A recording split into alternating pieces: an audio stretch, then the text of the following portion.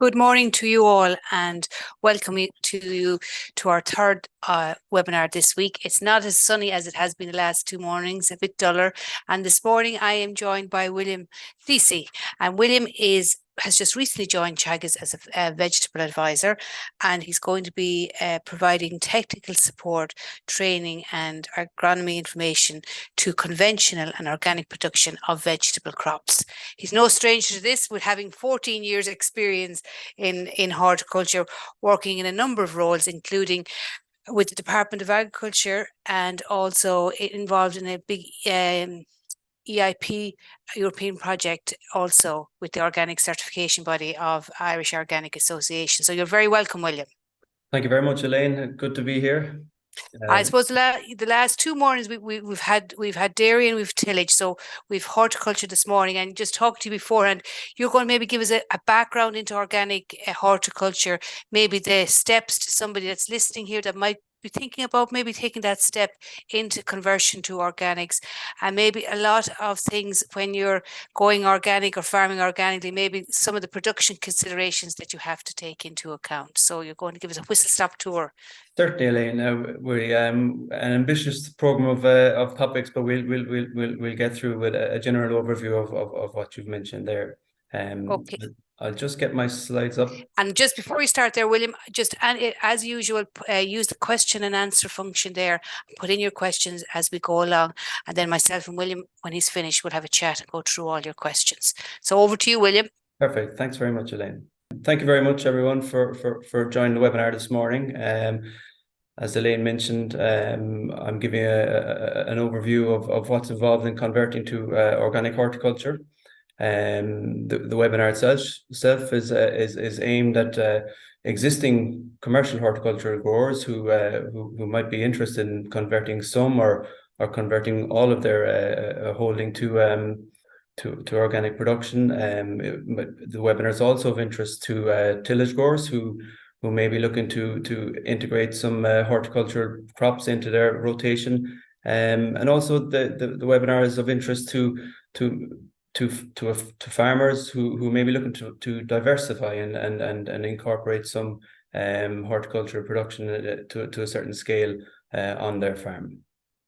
So just to give an overview of the topics to be covered today, I'll give a general overview of organic horticulture in Ireland, organic certification and the steps involved in converting to organic horticulture. I'll give a few of the key grants and schemes that are relevant for horticultural producers, and then onto some important crop considerations, and I'll finalize by summarizing and giving you the opportunity to give some questions. So organic horticulture in Ireland there are several forms. There can be a whole farm approach, which involves horticultural crops, maybe arable crops and livestock. There are also then more specialist horticultural systems which include stockless food productions, horticultural systems that are geared, highly mechanized, some of them, and right down to a small market gardener scale. We also have plant production, which involves seed and transplant raising. There's also some medicinal crop production, and we have a number now in recent years in recent and past years of hotel, restaurant gardens that have converted to organic, and educational gardens. So just to focus in on food horticulture production, one of the major categories of produce in food horticulture, in organic food horticulture, are vegetables. And as I mentioned, this can be small market scale right up to highly mechanized field scale. Growers might also have some microgreen and sprout production alongside their maybe protected cropping or field production. We have a smaller area of fruit, predominantly apple fruit, and with some production of organic mushrooms. Looking at the figures below, in 2022 we have we had 385 growers, which was an increase of 85 growers from 2012. And we also had an increase in land area of 255 hectares from to the 577 hectares that we have at the moment in 2022. We'll be looking for updated figures on these now shortly as well, so to see where production numbers have increased, grower wise and land area. So the key routes to market for horticultural producers include multiples and retailers and supermarkets, and growers themselves, particularly at scale, but also medium scale growers might be working directly with retail buyers and supermarkets, and some small growers might be working with supermarkets on a local level. A lot of produce goes through consolidators nowadays, especially to retail. We've got a huge number of growers who are supplying direct, whether it be from their farm itself or farmers markets, through box schemes, online ordering and home delivery. Of the 385 growers that I had in the previous slide, about 85% or 80% or so are growing on a 1 to 5 hectare area, and a lot of these producers are availing of direct sale options. Growers are supplying wholesale to and also supplying wholesale to other growers, and we obviously have sales to independent shops, restaurants, and hotels and food service and catering. So a report by Board B in 2022, and I could also include the MOPS EIP Agri project in this, showed that vegetables and fruit retail sales and direct sales are in growth at present. From a retail point of view, vegetables are currently the biggest organic fresh produce category, and fruit are in the top 3. Now there have been changes in recent years, so it'll be great to get an update on these figures shortly.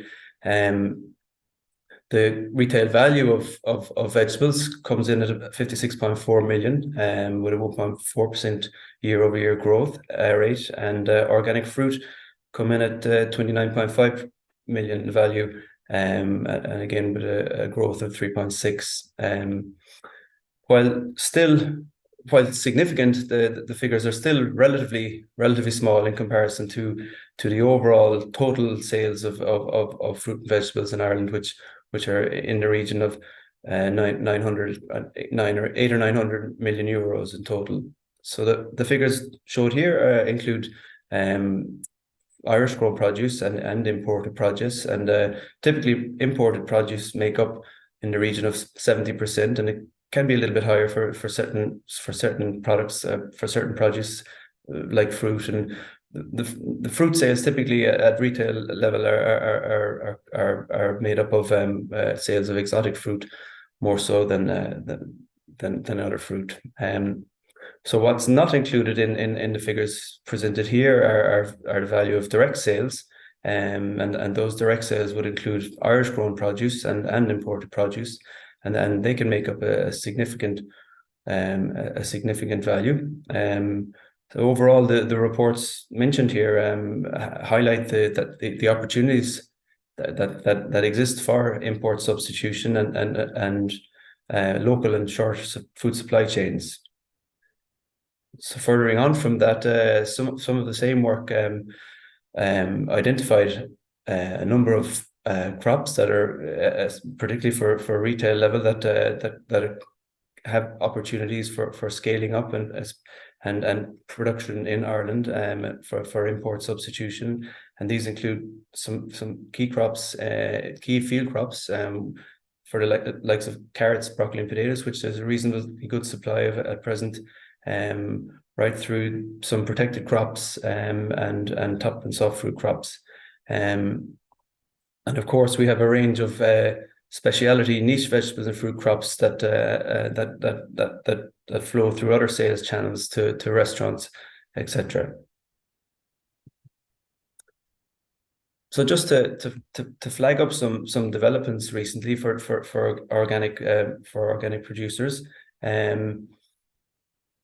Like I was saying earlier, we'll be looking to get an update on some of these figures shortly from Board BA and Kantar, and there's a market report due out from them early 2024.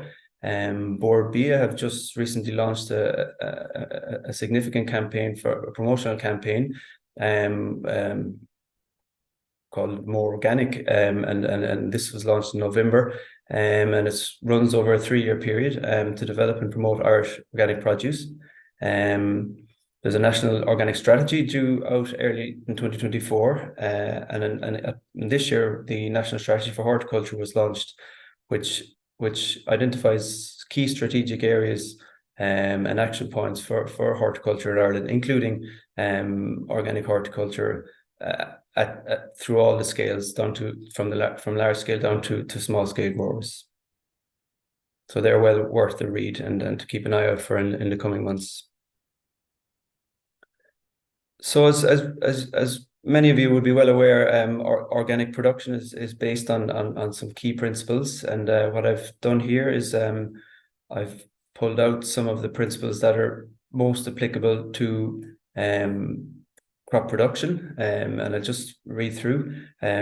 So organic product principles are aimed at protecting long-term fertility of soils by maintaining organic matter levels, encouraging soil biological activity, and careful mechanical intervention.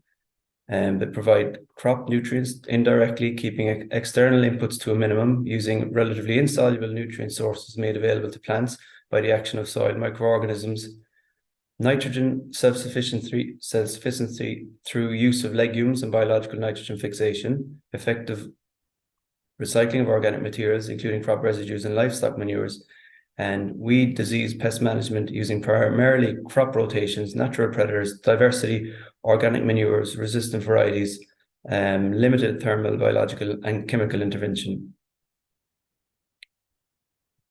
So organic production itself was and labeling and control was first regulated in 1991, and in 2022 a new organic regulation came out, and the schematic here you have it just outlines some of the key details on the organic control system and regulation of organic production. So each European member state has a competent authority, and in the case of Ireland, this is the Department of Agriculture. The competent authority, Department of Agriculture, delegate their regulatory activities and organic certification to the private organic control bodies. And here in Ireland, we have the Irish Organic Association and the Organic Trust. And their responsibility is, as mentioned, is for organic certification and to ensure that the rules and regulations set out in the organic food and farming standards are adhered to by organic operators. They themselves are accredited by INAB. So just to jump along to the steps involved in converting to organic horticulture, in general, or converted organic farming, but this specifically to organic horticulture today. Your first step would be to contact the organic control body to request an application form, an application pack, including an application form, a conversion plan, and an ORG1 form, which is returned to the Department of Agriculture. The conversion plan itself contains details of your enterprise, what it looks like in terms of what crops you're producing, in area, expected yields, and also your processing facilities around your crop production, and also details around your water supply, etc. At that point, your certification fee are payable on the basis of the hectares being certified.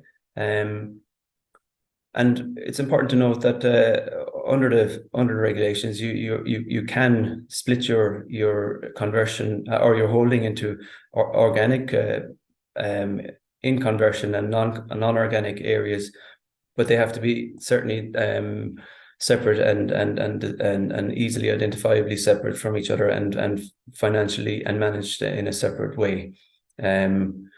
The organic control body, then point number 2, the organic control body review your application, and they proceed to an initial inspection. So you'll have a visit from an organic inspector, and following your inspection, any recommendations will be addressed, and all going to plan. You'll be issued with an in-conversion organic license number,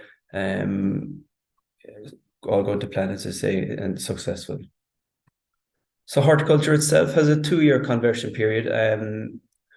Once your 2-year period is complete, you can sell your produce as fully organic. So to give an example of how this might pan out, if you start your conversion period on the 1st of January in 2024, a year later, your produce will be eligible for in conversion status. So the following year, your land will be fully converted after your 2 years, and crops sown beyond that date can then be are then classified as fully organic and can be sold as organic. Worth noting is the fact that fruit tree crops must undergo a 3-year conversion period, and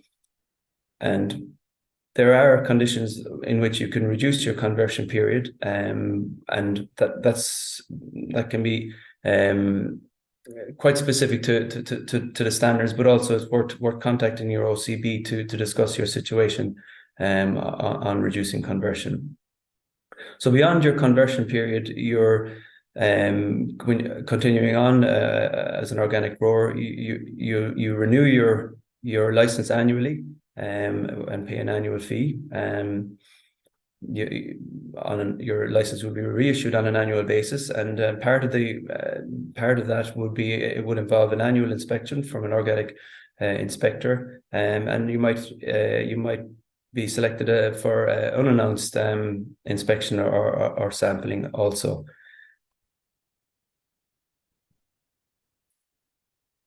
So you can, as an organic grower, you can operate outside the organic farming scheme,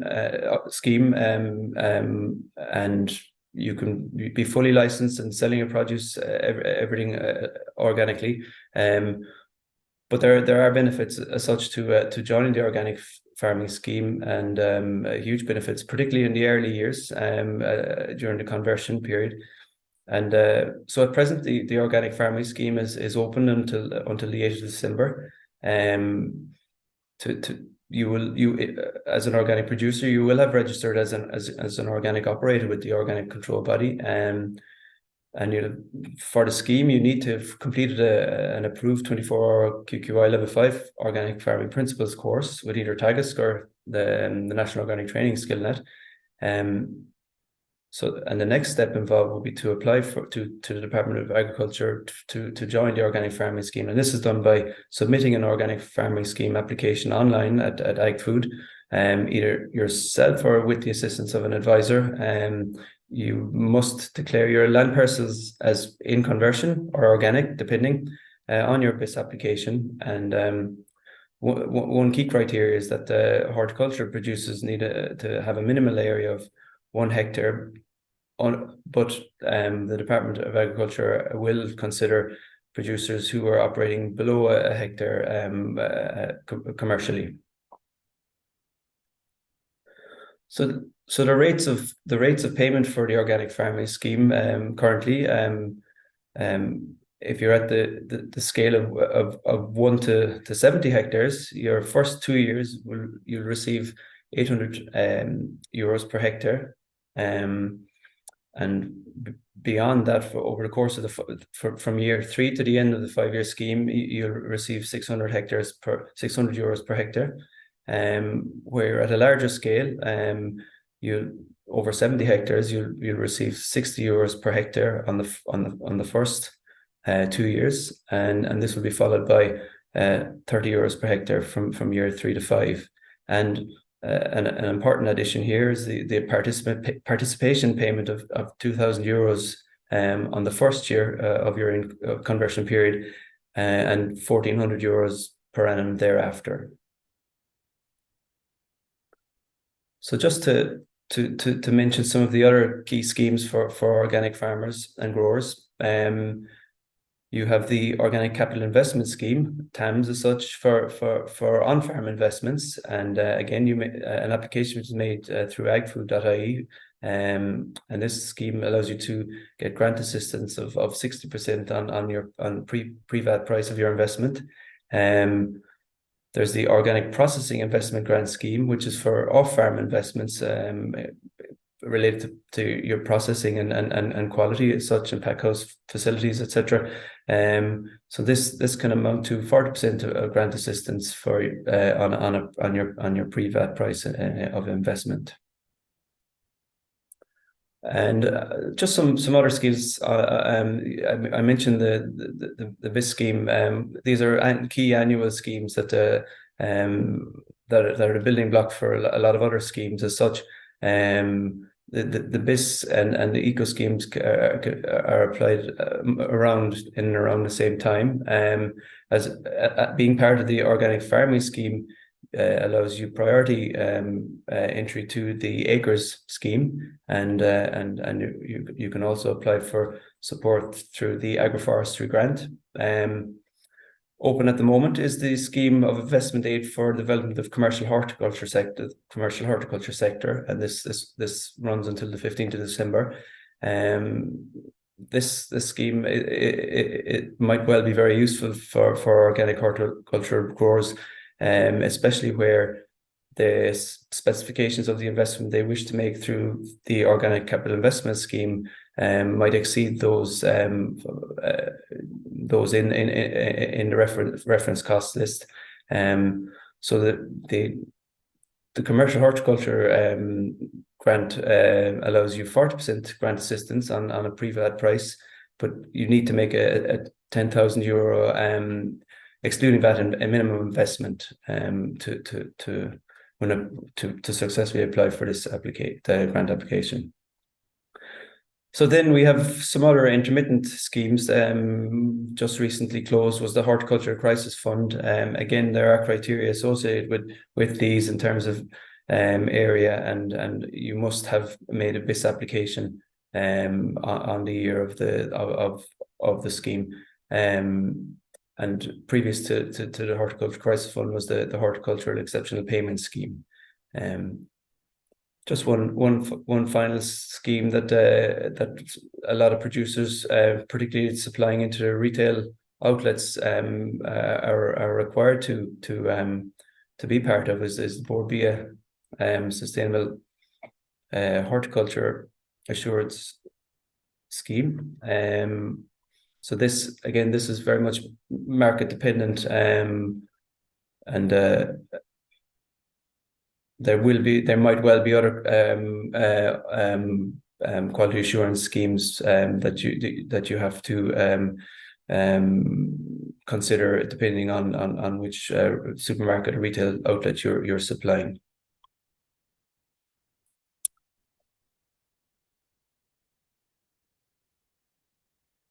So just on crop production considerations, I've listed a few key considerations from a crop production point of view.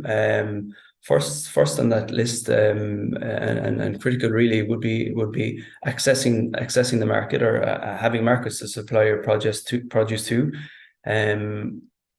Number two would be having suitable land and for growing horticultural crops, and importantly a water supply for irrigation.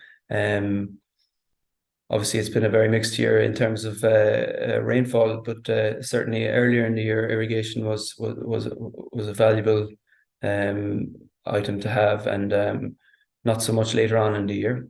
Number three on the list, we have soil management and fertility, including rotation and green manure considerations.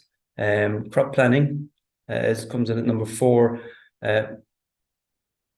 Seeds and transplants, weed management, pest and disease management, and finally costs and profitability considerations.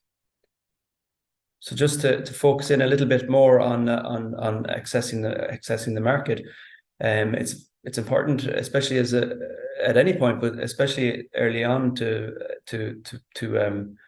secure a market for your production, and this is very much dependent on your scale of operation, your whether or not you already have a market, whether or not you want to expand your market. So new entrants especially should anticipate incremental growth and gains over time. And like I said, it can very much your market can very much depend on the channels that you're supplying, demand, your experience as a grower, your system of production, and your scale of operation, what crops you're producing, and of course your processing, storage, and distribution infrastructure. So a key step to accessing the market would be to talk to other growers and visit farms and understand where the market opportunities are. You'll also might talk to buyers, whether it be at wholesale or supermarket level, and also talk to consolidators who you could supply into. It might be worth considering to work collaboratively with other growers, or establishing an informal grower group. This gives you access to markets. It improves your consistency of supply and volume that's being produced. There can be benefits to reduce costs and efficiencies, improving efficiencies, and you're sharing experiences and pooling resources. A key point in relation to your market is getting commitment from buyers, including volumes and specifications, and your season of supply, which allows for forward planning and investment. So just in relation to land and water supply, having a suitable organic or in conversion land, access to organic or in conversion land for growing horticulture crops is very important. Horticulture crops need a good soil structure, in terms of optimum loam textured soil. Free draining with reasonably free draining soil is needed. An organic matter content, pH, a suitable pH for organic production, contaminant free is important, especially. And it's good to know the weed, pest, and disease history of the land, that whether it be your own or rented land. Also, you need to establish the soil fertility and lime requirements of your land, and soil analysis is important in this respect. And also managing rotation, and in terms of the standards, soil analysis and agronomic justification are required for any brought in fertilizers or composted livestock manure or supplementary nutrients that are used. In terms of water supply, water abstraction regulations may apply to you if you're using a river or a lake or well or a bore. If you're using mains water, you don't necessarily need to register with the EPA in terms of accessing water for abstraction. With regard to the standards, irrigation water used from non-main source must be assessed annually for E. coli and enterococci, and on from that will be any washing of produce must be done using fresh potable water. Another consideration in relation to land would be proximity to your pack house and your processing area. So in terms of soil management and fertility, for field crops, field production, crop rotation, including a mandatory legume and other green manures, is important in organic production. There is some leeway in terms of your protected crops and perennial crops where longer term green manure and fertility building phases are difficult to fit in to an intensive production system. So that generally speaking, these settings are based around short-term green manures and legumes. Composted livestock manure is, especially from a non-organic source, requires to be composted for a period of 3 months at least, and only authorized fertilizers and soil conditions are permitted, and these details on that will be found in the standards. Again, as mentioned, fertility building is based around agronomic justification and using soil analysis, and plant tissue analysis can be a very useful tool to allow you to assess how the crops are doing nutritionally over the course of the season. So an important number here is the total amount of manure applied must not exceed 170 kilograms of nitrogen per hectare per annum. And mineral nitrogen fertilizer is not permitted. In addition, grow bags and hydroponic production are not permitted. Effectively, crops must be grown in the soil under organic production. So just moving onto rotation and green manures. Under organic production, you must include a fertility building legume in your crop rotation. So that might be clover, grass, ley, and long and short term green manures, including clover, vetch, mustard, or rye. Intensive stockless specialist horticulture systems typically also utilize composted livestock manure or other forms of approved fertilizers, and they're a very important part of horticultural production, in addition to foliar fertilizers as well during the season. So the benefits to good rotation include fertility building and organic matter, reducing nitrogen losses with cover crops or catch crops. And you have pest and weed control. So an important thing when designing a rotation is to establish your goals and design your rotation around to suit your farm and your marketing strategy, the markets you're supplying as such. The broad principles to consider would be that nitrogen fixing crops typically are grown after nitrogen demanding crops. Crops with different root systems are included in your rotation to utilize nutrients from different depths. Crops with similar pest and disease susceptibilities must be it's good practice to separate by time. For example, in the case of clubroot in brassicas. So just to give another example, weed problems can be reduced if where weed susceptible crops are grown after weed suppressing crops. So here the example given would be growing carrots after potatoes. And as mentioned, soil analysis is very important, a very important tool in monitoring the changes in your rotation practices, and to make any amendments if needed. And here in Ireland, our soil analysis is based on the soil index system that you'll be familiar with. Just to provide some examples of crop rotations that are relevant for horticulture producers, and based on the theory that we've just gone through.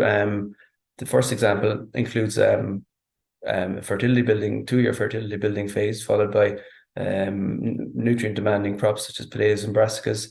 The leeks and onions tend to utilize residual fertility, and lower demanding fertility crops such as carrots and parsnips can be grown on the final year of that rotation. You might you might integrate a high value salad crop into your rotation on year 3 of the second example, and this could be followed by a beetroot or a root crop on year 4. The third example is just to bring in some arable crops into the rotation as such. Well, it's predominantly arable actually, and to show that horticulture crops can be integrated into an arable rotation. And these might include potatoes and brassicas, or later in the rotation, carrots. Designing and managing, as mentioned earlier, a rotation in an intensive protected crop setting, such as glasshouse, can be more challenging, and longer term clover lay crops tend to be replaced with shorter term green manures and composted livestock manure.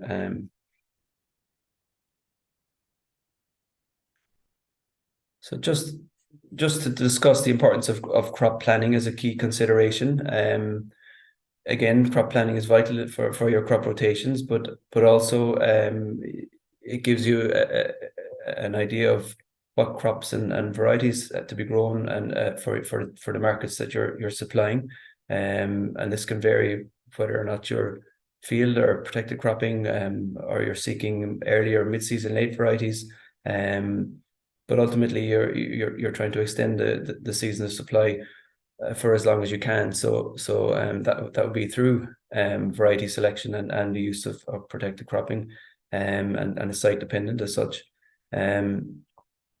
So crop planning also gives you an idea of the quantity of seeds and transplants you need for the available land you have, and the market, the volumes that you wish to supply to the market. Often your planting density and spacing are based on the specifications that you might have for your market, but also your machinery, whether that be your planter, weed cultivators, or harvesting equipment. Crop planning also allows you to forecast production, so utilizing days to maturity and expected harvest dates. So this is very important for continuity of supply. And you can use crop planning to identify planting dates to avoid key times when pest and disease pressure is high, and also your labor requirements, which is a very important aspect to crop planning. So for organic production, seeds and accessing or buying and obtaining seeds and transplants is an important part, or an important consideration. Under standards, growers must use organic seeds, and in the first instance, you must search for available organic seeds or propagation material on the website shown, the Organic X Seeds. If you wish to, if you can find the variety that you wish to grow, you can make an application for a derogation for non-organic untreated seed. This is made to the organic control body, and it, especially as I say, for seed that you can't source. Derogation must be applied for and obtained before you sow your seed. And in terms of propagation, plants can be obtained through seed companies. So seeds and plants can be obtained through seed and plant companies brought in, or also you might consider own propagation, and factors like the type of compost you're using, your space, whether you have time and a dedicated person, and are important factors here to ensure a programmed approach to a supply of plants. And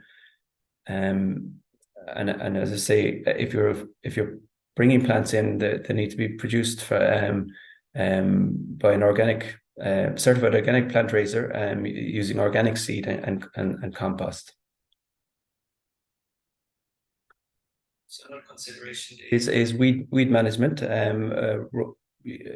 key weed management practices would be your rotation and the use of cover crops.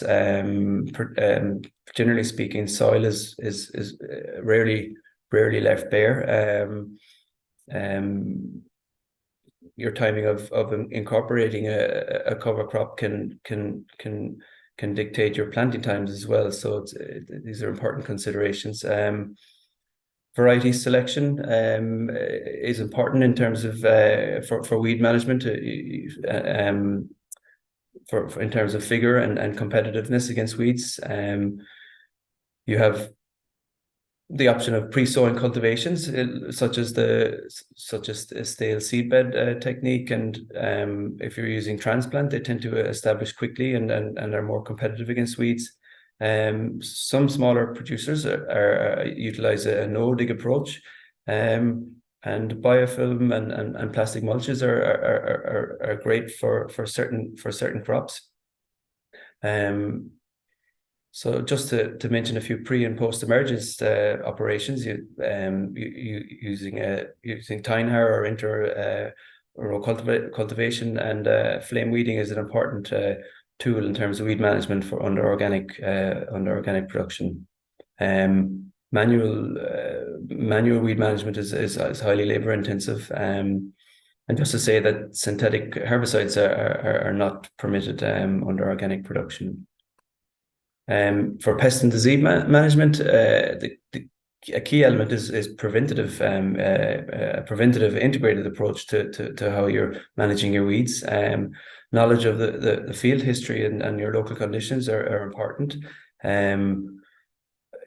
Your rotations must factor in some of the information you have about your fields. So, for example, if you have nematodes that are damaging root crops, for example, this needs to be factored in, or clubroot and brassicas, as mentioned earlier. A key part to pest and disease management will be good crop husbandry, soil management and fertility for vigorous crops. The choice of resistant varieties is important, and you can utilize forecasting tools or decision support tools for certain insect pests, especially, or disease warning in the form of, say, blight forecast. Crop monitoring and being in your crop is important, and as are the use of nets, traps and deterrents, for example, carrot fly. Traps to some extent are utilizable under protected conditions, in polytunnels and glass houses, sticky traps, etc. And again, natural enemies and biological control are a great option for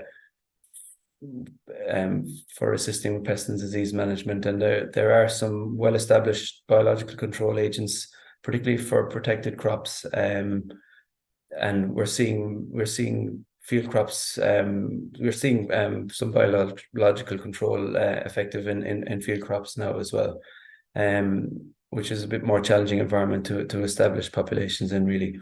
So just there are authorized natural plant protection products that growers will utilize, and in the event that these are being used, they need to comply as such with the uses they are approved for. And synthetic pesticides are not permitted under organic production. So just a brief slide on costs and profitability. Conversion costs and profitability are key during that conversion period, as we mentioned with the organic farming scheme as such. You can expect yields to be reduced depending on your crop or soil fertility and maybe the weather during the season. You might be developing your markets. You might be investing, and you're developing your labor requirements. You might be renting land as well, and as I say, investing in machinery and packhouse infrastructure. You might also have training and certification costs during that conversion period. But these costs and production costs are shared right across the Irish horticulture sector, really, in terms of the increased input costs, particularly associated with labour and land, your seeds, and nutrition and thermal weeding, etc., fuel and energy. And there's pressure on grower margins as well, right across the horticulture sector, and the extreme weather events this season have resulted in crop losses and reduced yields as well, and quality, and we're seeing a high incidence of disease pressure as well. So in terms of costs, there is future work to be done to help growers to better to have a set of cost of production figures and gross margin figures that can assist the grower decision making in relation to what crops to grow and etc. And that's work in progress. So just one final consideration around the organic standards as such, and your processing and packing and labeling. If you're doing this if you're just doing this on your own produce as such, this will go this will be covered as part of your farm inspection, but you will require a separate processing license for imported produce, for example, or that you might be reselling, or if you're processing and involves substantial changes like juicing, etc. So the key there is to contact your organic control body to make an application for a processing license, or to discuss what is needed. So finally, just to summarize before letting you in with questions, consumer demand for organic vegetables and fruit has increased in recent years. Further conversion to organic production and scaling up will help meet demand for Irish grown organic produce. It'll improve availability and continuity of supply, and there's opportunity there for import substitution. It's important to continue to recognize and support smaller producers and local short supply chains and other route to markets. And we're seeing an increasing amount of organic promotion awareness at present, but to acknowledge that there are shared challenges right across the horticulture sector. So that's it. Thank you very much for your attention. I'll just stop the... Thank you very much, William. That was a very good, comprehensive overview there that you've given us. And maybe I'll just ask people to put their questions in. Yep. And I just a couple of questions maybe that hit me as you went along. Yeah.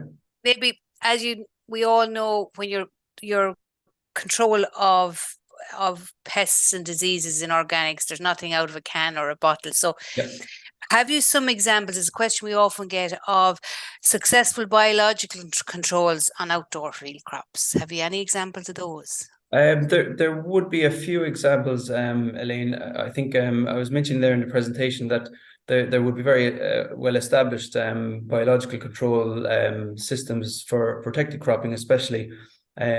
Field biological control has historically been quite challenging because of the variable nature of your insect pest as such, and getting your timing right.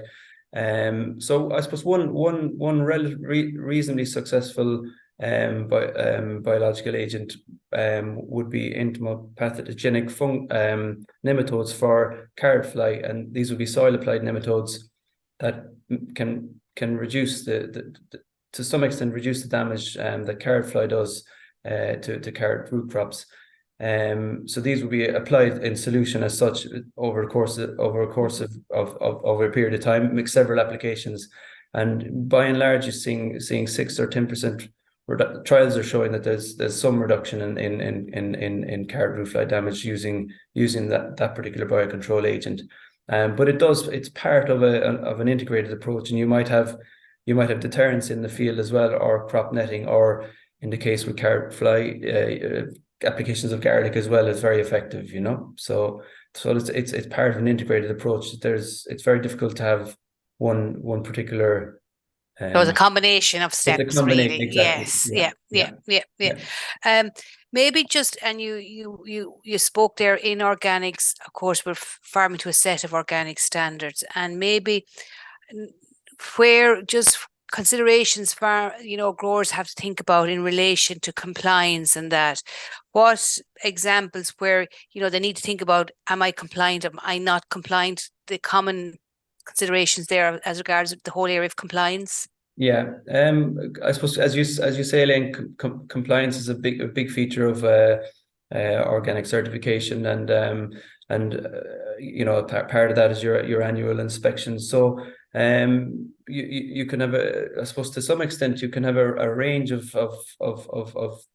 not necessarily a range of non-compliances or infringements as such. So some might be down to the interpretation of the standards, but also you can get non-compliance activities all the way through to suspension of your license, etc. So I suppose if we're talking there about application of contaminants to your in conversion land or your organic land, it might be whatever that might be. Say, for example, if we were to use a synthetic pesticide, that might well require you to start your conversion process again as such, so on that land, and then that'll be after significant testing to make sure that there are no residues as such. But there's the organic control bodies have a very stringent have very stringent procedures in place on that, and there's a certification panel involved, and there's an appeals process, etc. So it as I say, it can come down to very minor infringements like record keeping, all the way through to more significant infringements. But by and large, people are looking to work with organics as such. Yeah, and I suppose maybe not scaring people off though. On the other side as well, the certification bodies, if you are in doubt of applying anything, or just contact them. They're literally at the other end of the phone there, and they will. Both of them are there to tell you. They're excellent. Yeah. Yes, absolutely. Yeah. So not to worry. If in doubt, consult your control body. Exactly. And maybe on the other side, when you're selling it, price premium for your organic vegetables? Price premium. What is it? It Does can it vary? It can vary. It can vary depending on your market, I suppose. If you're a price premium still exists, but it can depend on the time of the year, as I say, where you're supplying what market you're supplying. I suppose we hear a lot about tighter margins at supplying into the retail side of things. Direct sales can manage their price premium a little bit better, but again, things can fluctuate in terms of that premium. But by and large, at present, there's still a price premium to be had with horticultural produce. Demand is there, but again, it depends on your sale channels, and I guess it all boils back down then as well as to your having a handle on your costs and making sure that your profitability is okay as well, and again, just to bring in, I suppose, the organic farming scheme, that can be a key support early on in the time as well for people, especially starting out. It can just buffer that period where you're establishing yourself. So nearly, as well as working in the field, you have to work for your market back too as well while you're. Yeah. Now, going into our questions, quite a few questions here.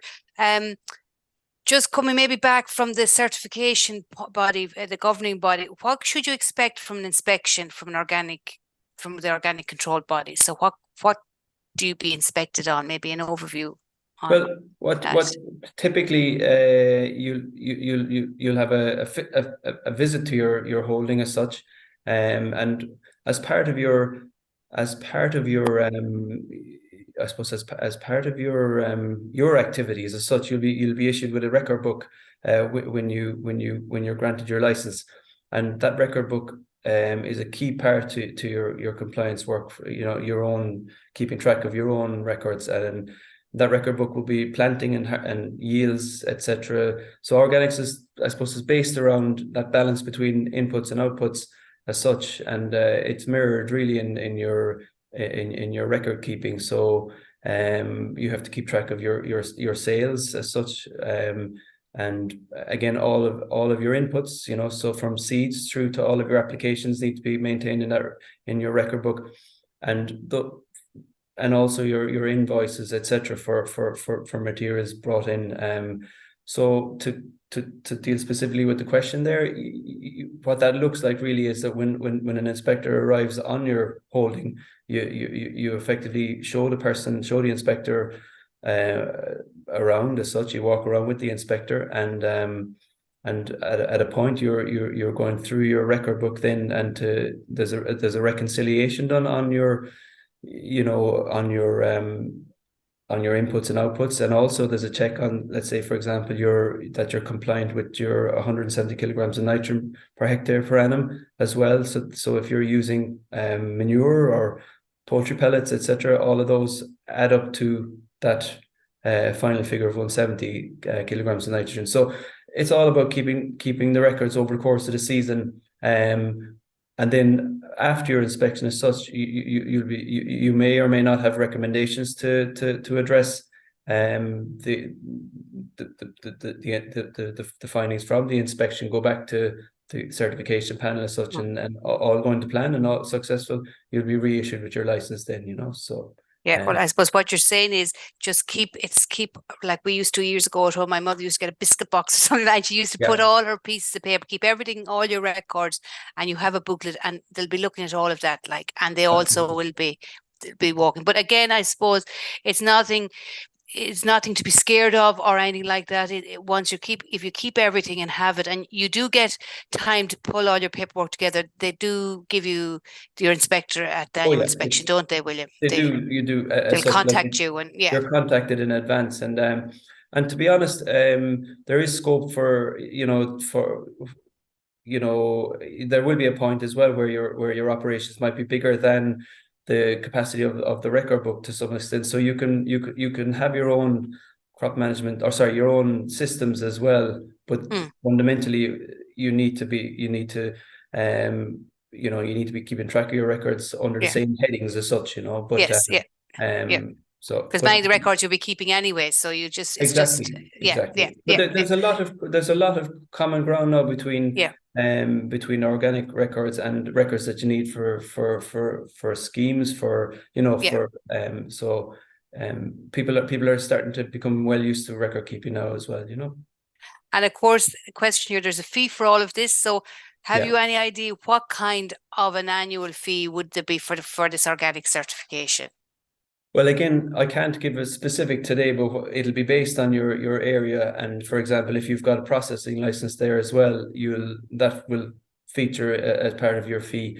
So what I'd recommend, I suppose, there is to have that discussion with the organic control body, that you or maybe call both and discuss with the two here in Ireland, and they'll be more than glad to discuss the fee with you, you know. Yeah.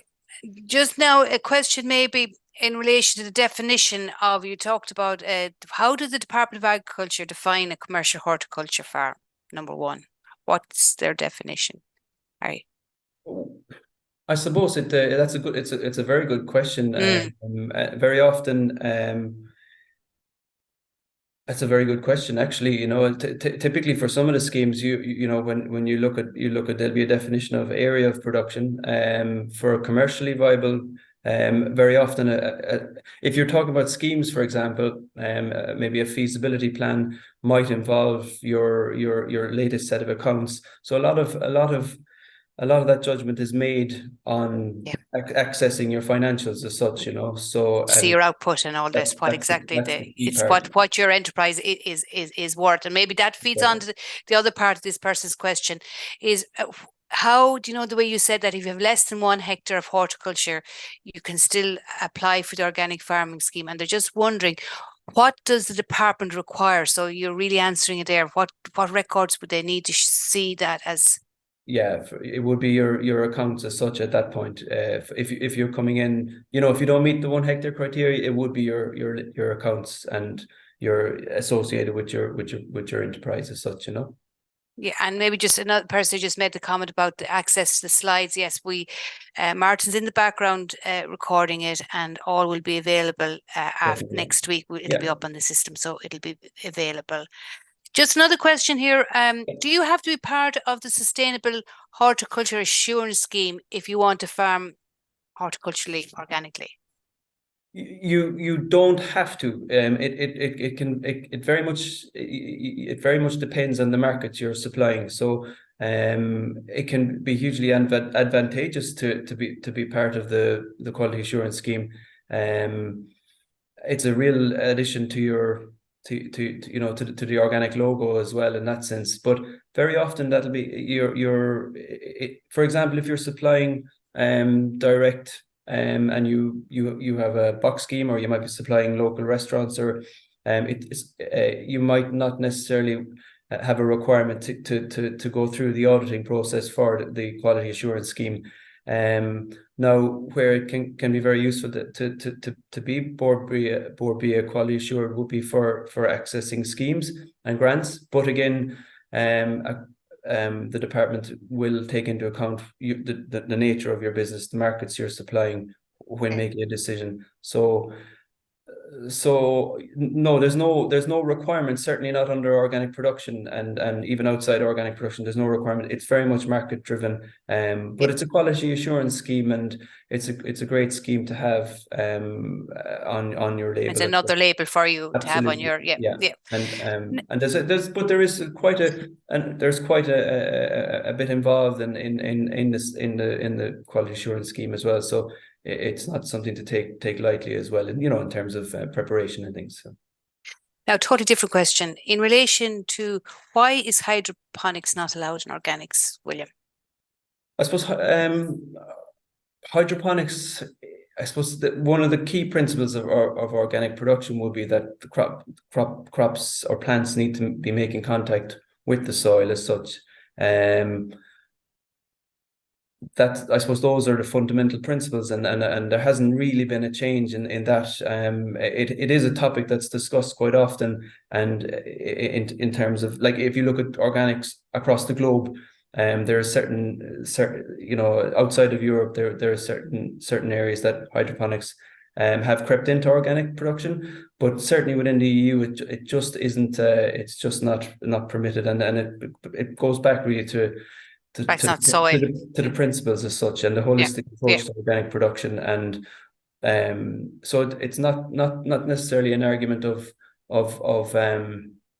it's more to do with the principles really of and I suppose that would be the key answer. And it's soil. It's just person there in relation for new entrants to growing. Is there any other way to be organically certified with less than 1 hectare if accounts are not available? I think maybe, William, maybe the way you were talking about the 1 hectare is if you're going for organic farming scheme. So exactly. Maybe, just to clarify that's right. Actually, that's a key to you can be an organic grower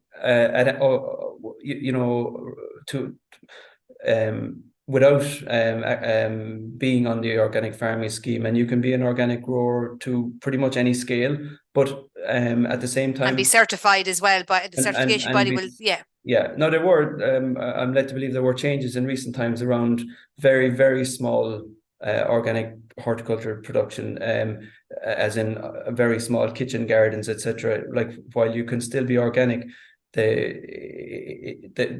very small scale is comes under a different inspection approach, etc. So that's something to clarify with your organic control body. But to go back to the 1 hectare, no, it's not a critical criteria for being an organic producer at all. No, it's just for the scheme, organic farming scheme. Yeah. Okay. Just here's another final question here. This is from a farmer that is farming organically. Dry stock, their 2-year conversion will be completed in April 2024. So will I receive the in-conversion period payment if I commence farming horticulture before or even after the conversion period of my dry stock farm is complete? Now, my take on that, if you look at it, I would think that farmer is farming organically, so you would get after the 2 years, you can include your horticulture, but you'd only get the lower rate of the horticulture, which is what is that depending on the scale there, but scale, it will yes. be €600 per hectare at 1 to 70 for year 3 to 5 as such. Yes. Am I right on that? Yeah, as in the Yes, time that's frame, in the payment. Yeah, yeah. if you look at the question is, I think it's a person, you won't get in conversion payment for land that has gone through, let's say, 2 years conversion. That's right. Yeah. No, it But picks you up will, from there. Yeah. and it's from their BIS application as well that they'll pick up that, won't it? That's right. Yes. That's right. So Yeah. hopefully that answer that. Now, William, you can draw your breath. We've come to the end of the questions.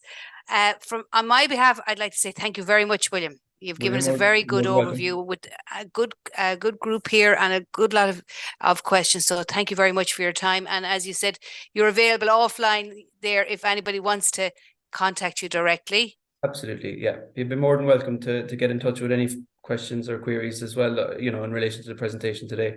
And I suppose maybe one of the points is the scheme is open, and at the moment it's open till the 8th of December. But maybe as if you're not joining the scheme, you still can become an organic farmer. It's not part of the whole process, but there's a very attractive payments there for organic growers. Absolutely, yeah. And to consider the horticulture scheme as well, which is open at the moment as well, that's the key consideration for horticulture producers as well, So there's a lot going on in the area and a lot of support coming down the road and is open at the moment for our growers.